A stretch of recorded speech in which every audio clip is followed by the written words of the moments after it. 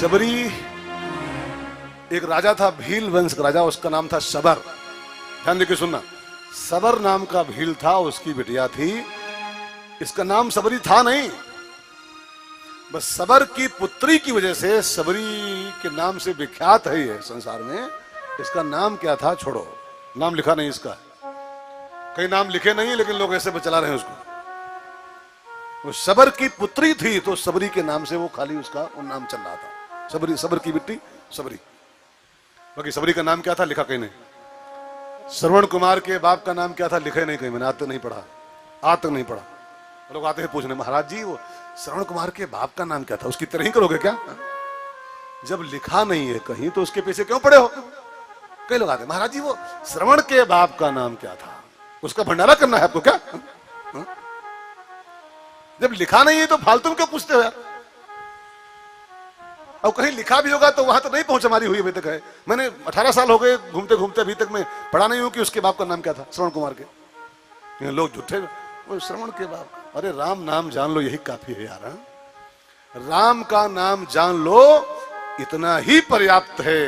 श्रवण के बाप का नाम क्यों खोज रहे हो? क्या करोगे उसको जान करके आप? सो भाई बहनों, सबरी के आश्रम पर राम जी आए हैं।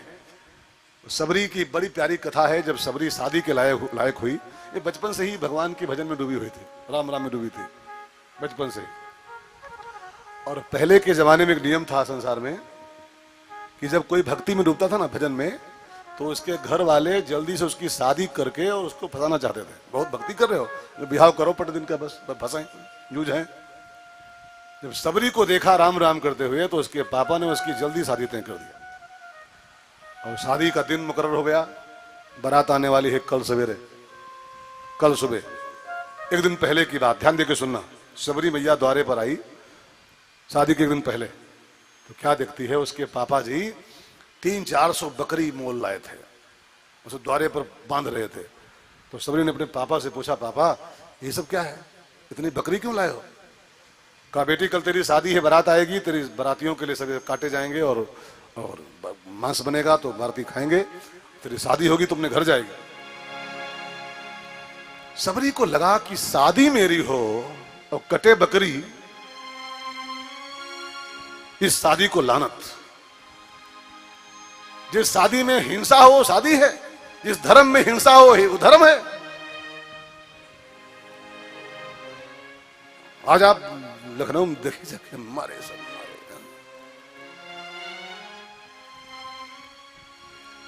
कभी भी कोई भी धर्म हिंसा के आगे नहीं देता, हिंसा का अलाउ किस धर्म में नहीं। लेकिन लोग पता नहीं कहां से पकड़ लाते हैं और धर्म के नाम पर जो खून खराबा करते हैं, जो खून खराबा करते हैं। आज मैं अभी न्यूज सुन रहा था, शायद व्हाट्सएप पर कि कहां पर, एक मुसलमान भाई कोई है, लखनऊ में शायद कहीं पर है, उसने बकरी की फोटो वाली केक बनाई है, केक बना बकरी के साइज की, उसमें फोटो लगाया बकरी का। उसने संदेश दिया मुस्लिम समाज को कि जो धर्म के नाम पर जो काट रहे हो ना, खून बहा रहे हो, इसको बंद करो। बकरी काटना, बकरी के साइज की केक काटो, और केक काटो तो धर्म भी, वो हत्या भी नहीं होगी और इसी बहाने तो आपकी परंपरा भी चलती रहेगी। ये कौन सी परंपरा है यार, धर्म के नाम पर मारे खून खराबा करके?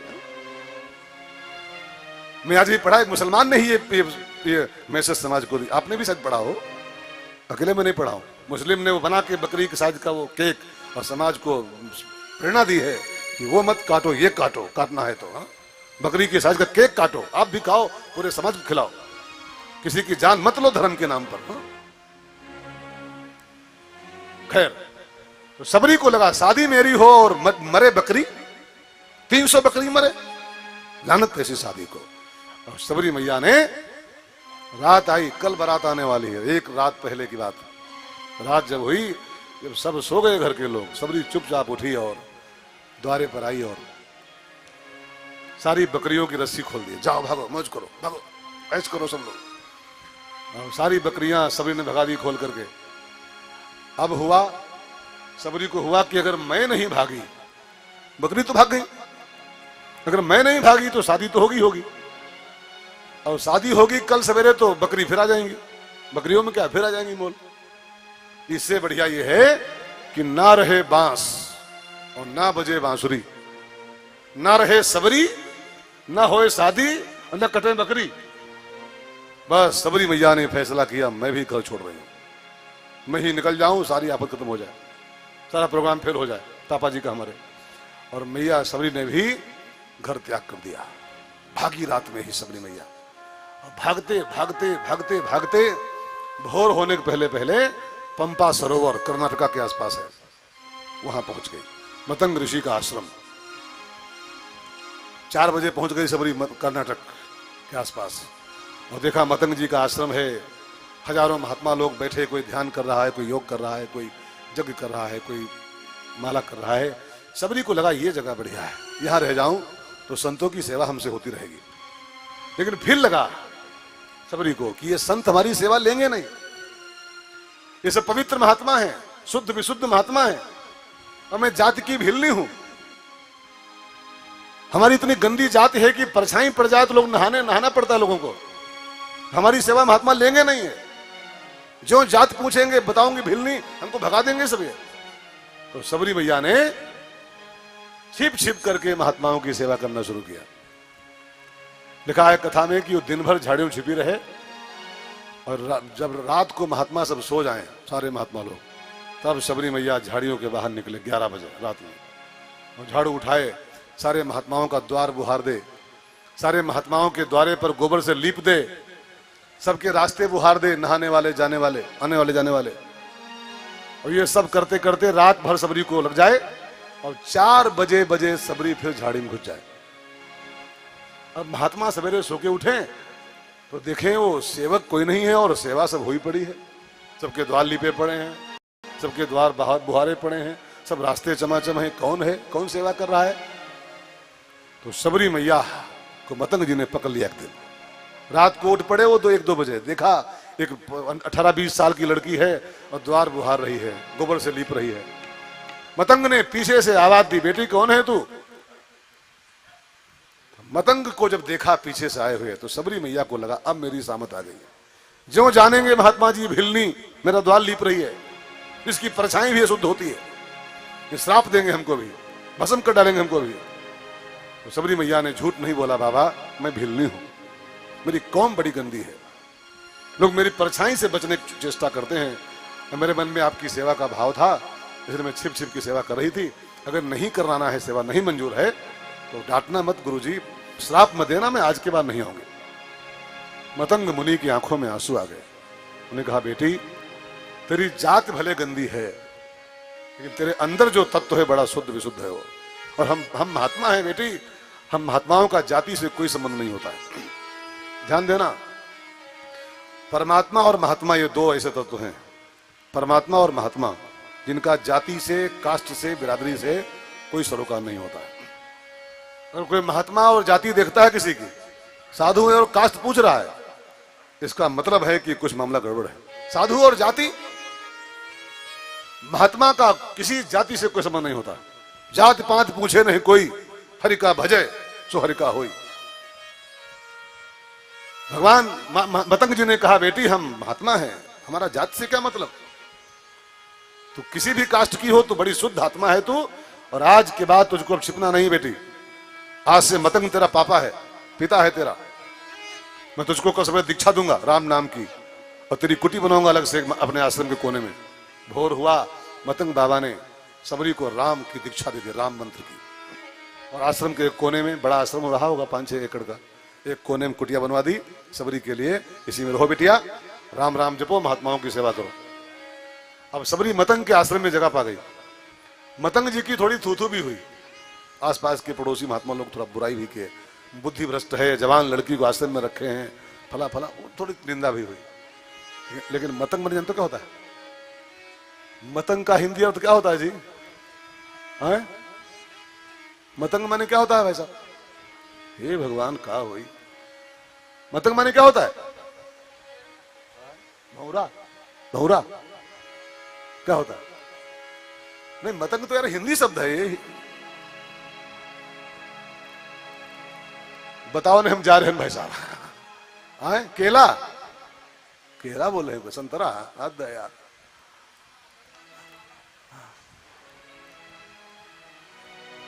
बोलो बोलो। उन्होंने हम गए। मतंग माने ऊपर, मतंग माने होता है हाथी। हाथी। मतंग ने कहा बेटी थू थू हो रही होने दे, मैं हाथी हूं। मतंग माने हाथी होता है, और हाथी कभी कुत्तों के भौंकने की परवाह नहीं करता है। मैं शुद्ध हूं, मेरी सबरी शुद्ध है, तू मेरी पुत्री के समान है, और दुनिया चाहे जो कहे कहे, उसकी मुझको इसकी परवाह नहीं। तो आराम से मेरे आश्रम में रहो और राम का नाम का जप करो, दुनिया जो बोले बोले। मतंग माने हाथी, और हाथी माने कुत्तों के भौंकने की परवाह जो बिल्कुल न करे, उसी को हाथी कहते हैं। सबरी मतंग के साथ बहुत दिन रही, खूब राम राम जाप किया।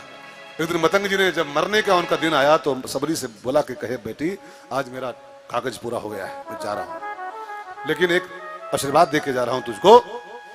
जिस राम को मैंने जिंदगी भर तलाश किया, ढूंढा, नहीं पा सका, बिना पाए जा रहा हूं, राम को नहीं पा सका मैं। मेरा आशीर्वाद है कि वही राम जिसको बड़े बड़े ढूंढ रहे नहीं पा रहे हैं, वही राम तुझको ढूंढते हुए तेरी कुटिया पर आएंगे, और तुझको अपनी कुटिया पर बैठे बैठे राम जी मिलेंगे। मेरा आशीर्वाद।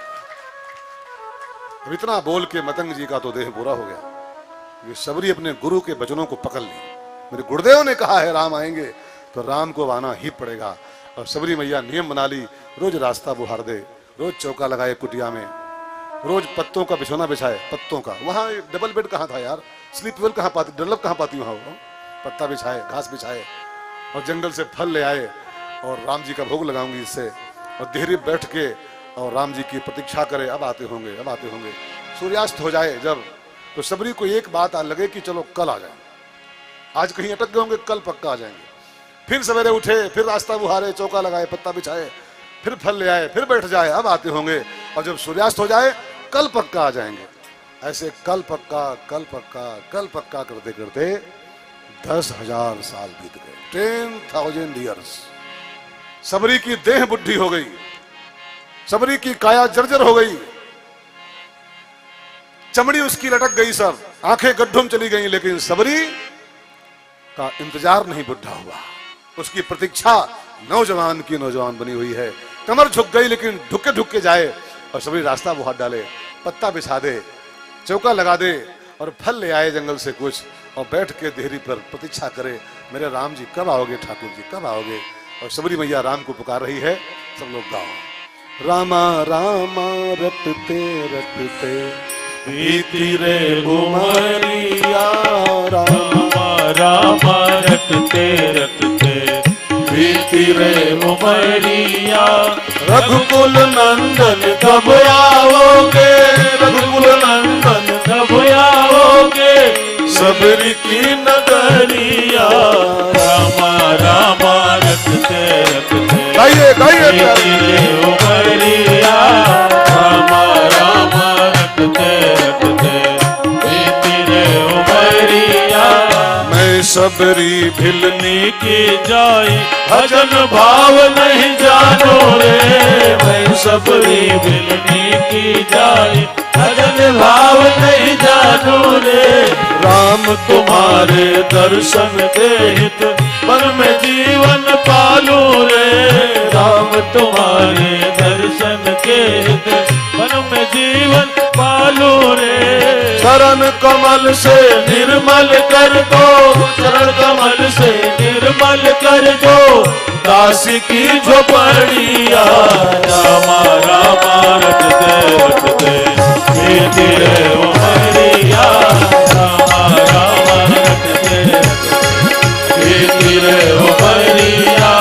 रघुकुल नंदन कब आओगे, रघुकुल नंदन कब आओगे, फिल्मी की नगरिया, रामा रामा रटते रटते बीती रे उमरिया, रामा रामा रटते रटते बीती रे उमरिया, रामा रामा रटते रटते, रामा रामा रटते रटते, रामा रामा रटते रटते। एक बड़ी बड़ी शहर है साहब, जो उस सांवरे को सदा ढूंढता है, ध्यान देकर सुनिएगा, जो उस सांवरे को सदा ढूंढता है, एक दिन उसे सांवरा ढूंढता है। सबरी जिंदगी भर राम की प्रतीक्षा की और आज राम सबरी का पता पूछते हुए महात्माओं से पता पूछ रहे हैं, मेरी सबरी माँ का आश्रम कहाँ बना हुआ है, उसकी कुटिया कहाँ बनी है। महात्माओं से सबरी का एड्रेस लेते हुए राम जी आगे बढ़ रहे हैं और सबरी के आश्रम पगुधारा सबरी देखी राम गृह आए, मुनि के वचन समुझ जिय भाए। मेरे गुरुदेव का आशीर्वाद आज फलीभूत हो रहा है। मेरे गुरुदेव ने कहा था राम आएंगे, राम को आज आना पड़ गया। सबरी दौड़ी और दौड़ करके सबरी परी चरण लपटाई, कुटिया में लाई है, पत्तों का आसन लगाया ही था पहले से, बैठाला राम जी को। अब सबरी का मन है कि राम जी के पांव धोऊं, पग धोऊं, लेकिन पग धोने के लिए 2 आइटम चाहिए, थाली और लोटा चाहिए होता है। लेकिन सबरी तो इतनी निष्प्रह थी कि उसके पास कुछ था ही नहीं, न थाली है न लोटा है, तो पांव कैसे पखारे। तो सबरी माँ ने एक स्पेशल पद्धति का चुनाव किया। जानते क्या किया? उसने अंजलि बनाई हाथ की, राम जी से कहा प्रभु थाली में रहन नहीं है, इसमें पांव रखो अंजलि में। राम के पांव रखाए, अपना माथा राम के पैरों में धर दिया और जो आनंद के आंसू उसकी आंखों से बहने शुरू हुए, गंगा जमुना की धार बहनी शुरू हुई। तो अंजलि की थाली में आंसुओं के पानी से भगवान राम के चरण सबरी माँ ने पखारे। फिर फल का मौसम रहा होगा, बेर लिखे हो के नहीं है, लेकिन लोग बेर कहते हैं, मान लो बेर है, बेर नहीं लिखे कहीं पर, लेकिन लोग कहते हैं सबरी बेर लाई थी, मान लो बेरे लाई थी, तो फलम समर्पयामि, तो बेर रहा होगा। अब लिखा नहीं यार, मैं क्या कहूं, लोग कहते हैं तुम कहते हैं। लिखा है कंद मूल फल सुरस अति दीन दिए राम कहवान। बेर लाई सबरी मैया दोने में, राम जी से कहा प्रभु बेर का ही मौसम है, फल भोग लगाओ। तो भगवान ने कहा सबरी माँ सारा संसार पहले मुझको भोग लगाता है तब प्रसाद खाता है मेरा जूठा, लेकिन आज मैं सारी परंपरा पलटने आया हूं, सारे नियम पलटूंगा मैं आज सबरी भोग लगाएगी और राम उसका प्रसाद पाएगा। अरे मैया बेर है, कोई खट्टा उट्टा हो गया तो मारा से मूड खराब हो जाएगा, चक के खिलाओ, मीठे मीठे दो।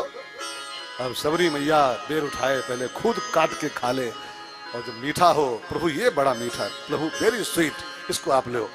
बस राम सबरी के भाव को देखें और उसके लार में सने बेर प्रभु राम ने पाना शुरू किया, बारंबार बखान। देखो ये सब प्रेम की बात है, इसको जान नहीं पाएंगे। एक मैंने कथा पढ़ी थी, रामकृष्ण परमहंस काली माँ के पुजारी कलकत्ता में, जब रसोईया थाली लाए ना, रसोईया भंडारी भूख की थाली, तो रामकृष्ण बाबा मंदिर कोने में बैठ जाए लेके धरिया हुआ है, और बैठ के पहले खा लें थोड़ा थोड़ा सब कुछ है, और तब डालें तुलसी की पत्ती, लगाएं भोग।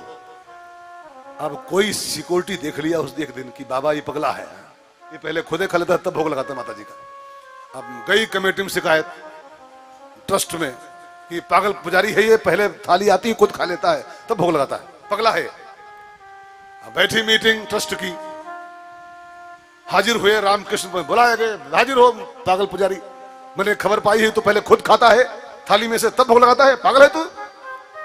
रामकृष्ण ने कहा पागल कैसे हूं यार, अब पहले सीख लेता हूं कि सब्जी में नमक तेज तो नहीं है, दाल तो नहीं कड़वी है, पहले खुद खा लेता हूं, चीख लेता हूं, बढ़िया माल होता तो लगाता हूं भोग, इसमें कौन पागलपन इसमें क्या है?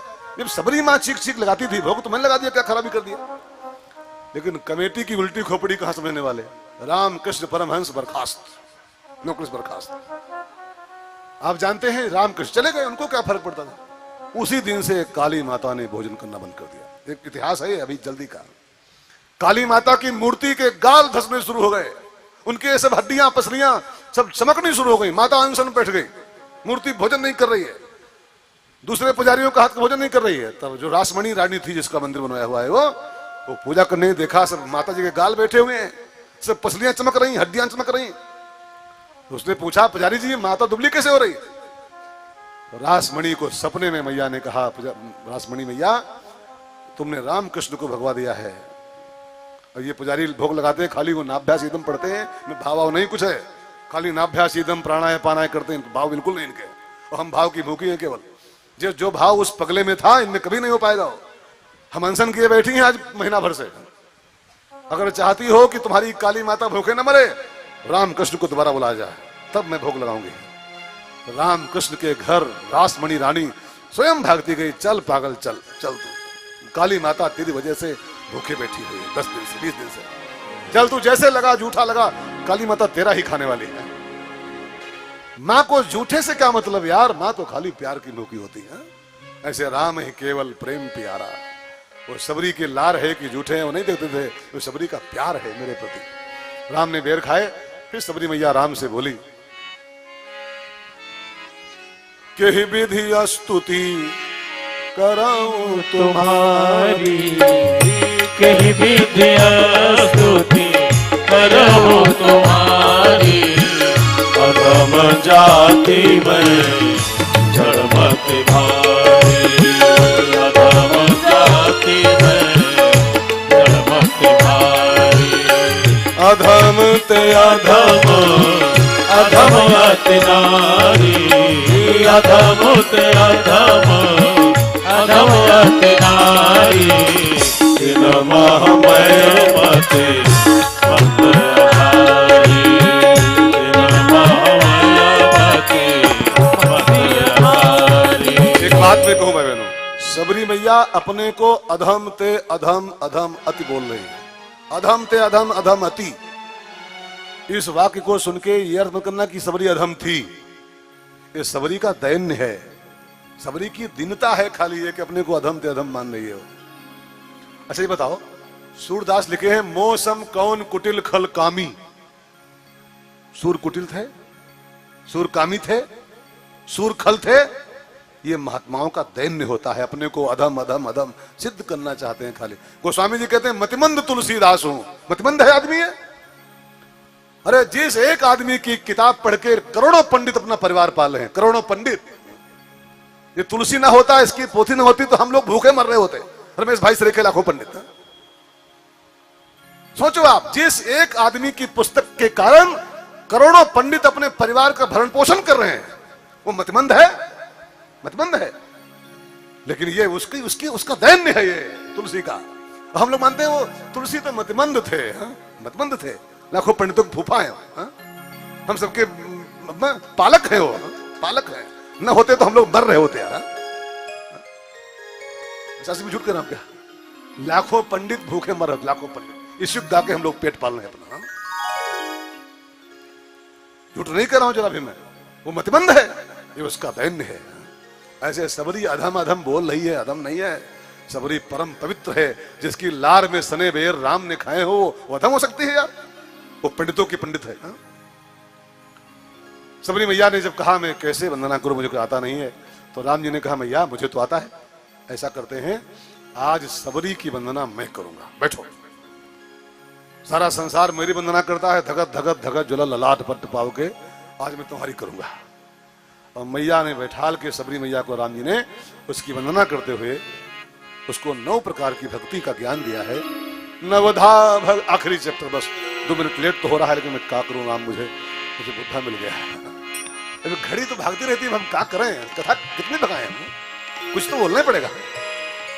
नवधा भगति, ये सबरी की वंदना है राम जी के द्वारा गाई। मैया सबरी ने पूछा नहीं था हमको सुनाओ, वो जब बोली मैं वंदना कैसे करूं आपकी, मुझे कुछ आता नहीं है, तो राम ने कहा मैं तुम्हारी करूं, बैठो।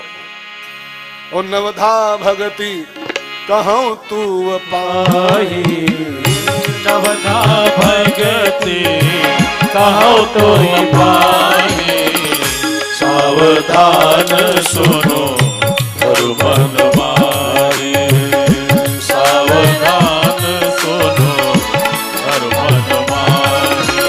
प्रथम भगति संतन कर संगा, प्रथम भगति संतन कर संगा, दूसरी रति मम कथा प्रसंगा, दूसरी रति मम कथा प्रसंगा, गुरुपद पंकज सेवा, तीसरी भगति अमान, चौथी भगति मम गुण गण, करे कपट दजिगान, मंत्र जाप मन दृढ़ विश्वासा, पंचम भजन सुवेद प्रकाशा, चतुर्दम शील विरति बहु कर्मा, विरत निरंतर सज्जन धर्मा, सातों सम मोहि भय जग देखा, होते अधिक संत कर लेखा, आठव जता लाभ संतोषा, सपने नहीं देखे बर दोषा, नवम सरल सब सन चलहीना, भरोस ही हरस नदीना, ओम हुए कौ जिनके होई, हरि पुरुष सचराचर कोई।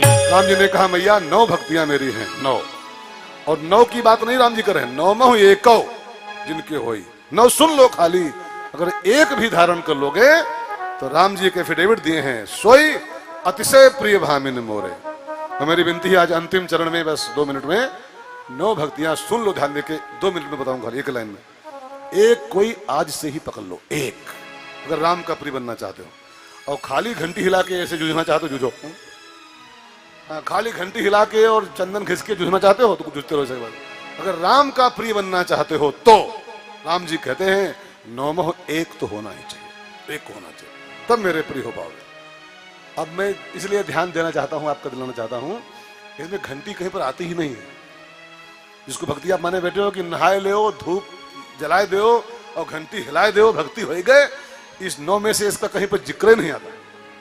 जिसको आप माने बैठो भक्ति है, ये भक्ति है ये नहीं, है ये नहीं। अगर है तो इसमें ढूंढो कहां पर लिखी है धूप बत्ती और घंटी, ढूंढ के दिखाओ कि धूप बत्ती और घंटी जगदीश हरे भक्ति कहां पर लिखी है।